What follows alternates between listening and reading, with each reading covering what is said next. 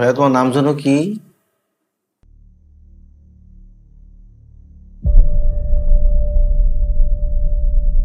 তোমার নাম কি ভাইয়া?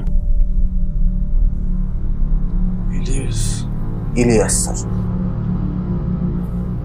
শুনলাম আপার সোনার ছেলেরা তোমার লাঞ্চ করতে দেয় নাই, সেখান থেকে তোমার নাকি উঠাই নিয়ে আসছে। তোমার অনেক মারছে তাই না? এটা কি করছো? স্যার আমি একটু মারছি স্যার, ওরা বেশি মারছে স্যার। ফাইজলামি করো তুমি। তোমার আমি কতবার বলছি, হ্যাঁ কারা জিগায় মারছো? আমি বলছি হ্যাঁ এটা আমার ভাই। ভাই এটা কে? এটা আমার ভাই, কথাটা মাথায় রেখে কিন্তু ওর গায়ে যেন আর কোনো আচর না পড়ে।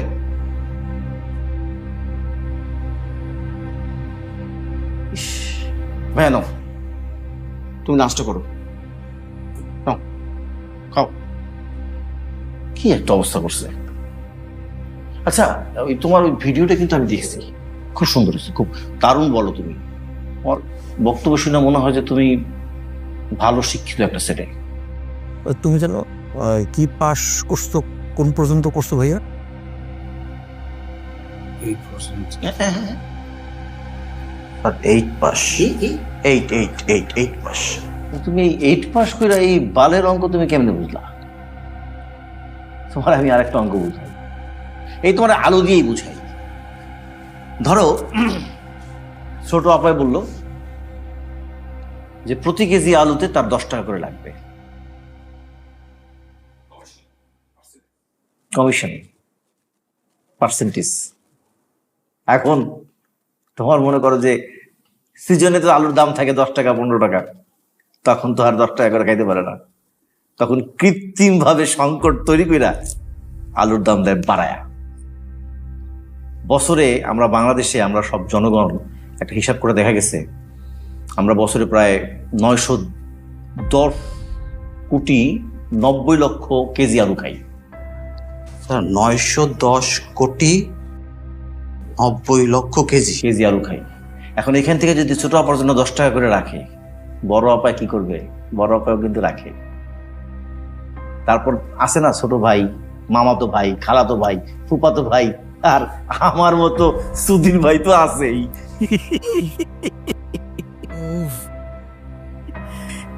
এই সব ভাই বোন খাইতে খাইতে খাইতে খাইতে ওই 10 টাকা 15 টাকার আলু গিয়ে কততে দাঁড়ায় জানো? 80 টাকা 90 টাকা কেজি ধরে দাঁড়ায়। চিন্তা করছো? এইভাবে যদি একজন খায় তাহলে শুধু কমিশন গিয়ে দাঁড়ায় 9,000 কোটি টাকা। বুঝো? কিছু বোঝো? আচ্ছা ঠিক আছে, এটা না বুঝো, কিন্তু যেটা বুঝছো তুমি, এটা তুমি কেমনে বুঝলা? এই অঙ্কটা এই তোমার মাথার মধ্যে কি দিয়ে দিল বলো তো একটু?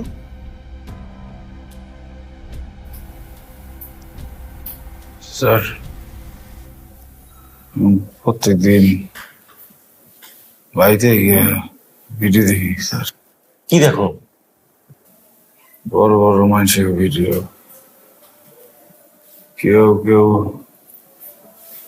সরকারের পক্ষে কথা কয়, আর কেউ কেউ সরকারের দুর্নীতির কথা কয় স্যার। কখন কে কোন কথা সত্য কয় এরা চোখ দেখলে বোঝা যায় স্যার। আমি এটি শুনি স্যার, এখান থেকে জানি স্যার। তুমি আমার বালটা বোঝো, বালটা মেজাজটা খারাপ করে আমার। এত শত কন্টেন্ট রাখতে ইউটিউব দেখা এই বাল সাল দেখে। আচ্ছা তনু, মানে একটা জিনিসের সীমা থাকা উচিত। ওই শালার পুতেরা, ওই শুয়ারের বাচ্চারা বিদেশে বইসা বইসা এই বাল সাল বানায়, আর ওর মতো রিক্সালা এগুলো দেখে। আমার আমার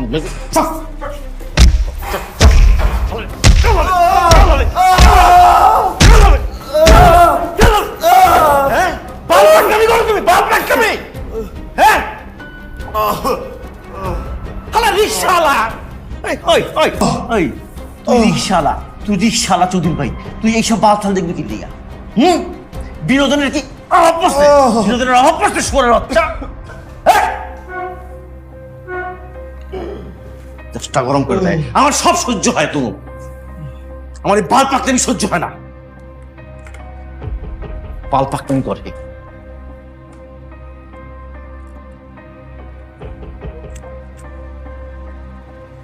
মানে একটা জিনিস সীমা থাকা উচিত, তুমি বুঝো? এই দেশে এই ইন্টারনেট, ফেসবুক, ইউটিউব এগুলো আবিষ্কার করছে কে? আপা স্যার।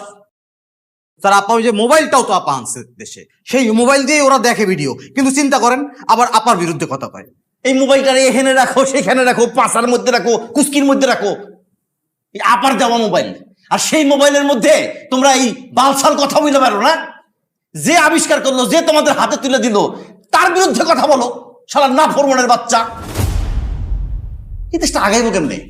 আবার এই যে রিক্সা চালায় স্যার, হ্যাঁ আগে ছিল প্যান্ডেল রিক্সা, চালাইতে কত কষ্ট হইতো না স্যার? আর এখন কি করে? এখন ওই যে মোটরের রিক্সা চালায়, কত আরামে চালায়, কত টাকা ইনকাম করে, তারপরেও আপার বিরুদ্ধে কয়। আপনি কোন স্যার কেমন লাগে? কোনো ইমান আছে? এত সব কুত্তার বাচ্চা স্যার, এই কারণে এরকম।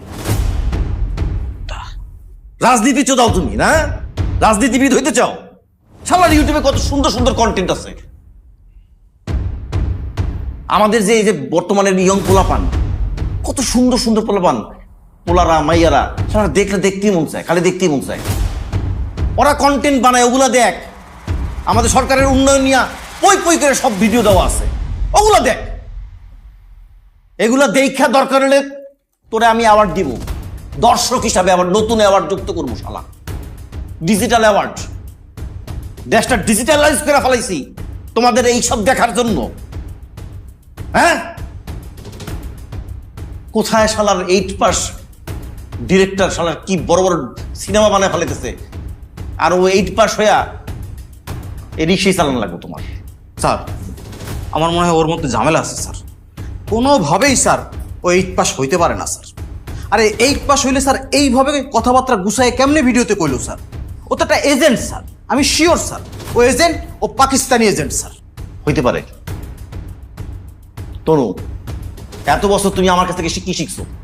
স্যার অনেক কিছু শিখছি। এই সব বিদ্যা কাজে লাগাই ওর পেটের ভেতর থেকে সব বাইর কর। জি স্যার, আমি ওর পুটকির মধ্যে গরম ডিম ঢুকাই দিব স্যার। সব বাইর কর, যেমনে মন চায়। তুই কোন আইন ঢুকাবি, কি ঢুকাবি আমি জানি না, সব বাইর কর। যদিও রাজি না হয় তাহলে ওরে পাকিস্তানি এজেন্ট বানা ওরে পাকিস্তানি এজেন্ট।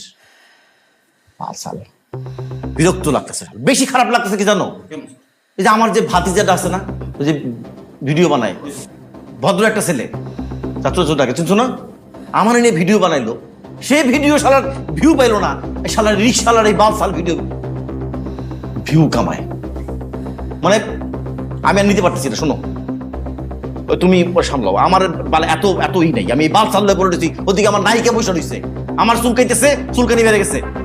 রিক্সালা বাল লইয়া পড়ে রয়েছে আমি। স্যার কি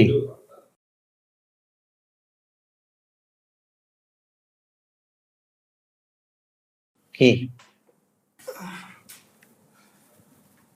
স্যার, পৃথিবীর কোন জুলুমই চিরস্থায়ী হয় না স্যার। জালিম যখন জুলুম করে তখন এভাবে মনে সারা জীবন ক্ষমতায় থাকবো, সেই জালিমের পতন হয় স্যার। আজকে আপনারা আমার লাঞ্চ খেতে যাননি স্যার, আমার উপরে জুলুম করছেন। একদিন আপনাকে পতন হয়ে গেছে, সেদিন আপনাকে পতন হইব, ওদিন সামনে লাঞ্চ থাকবো স্যার, কিন্তু আপনাকে গলা দিয়ে লাঞ্চ নামবো না স্যার। সবাই লাঞ্চ রেখা পালাইবেন, সবাই পালাইবেন স্যার। আমি আমার আল্লাহর কাছে বিচার দিলাম।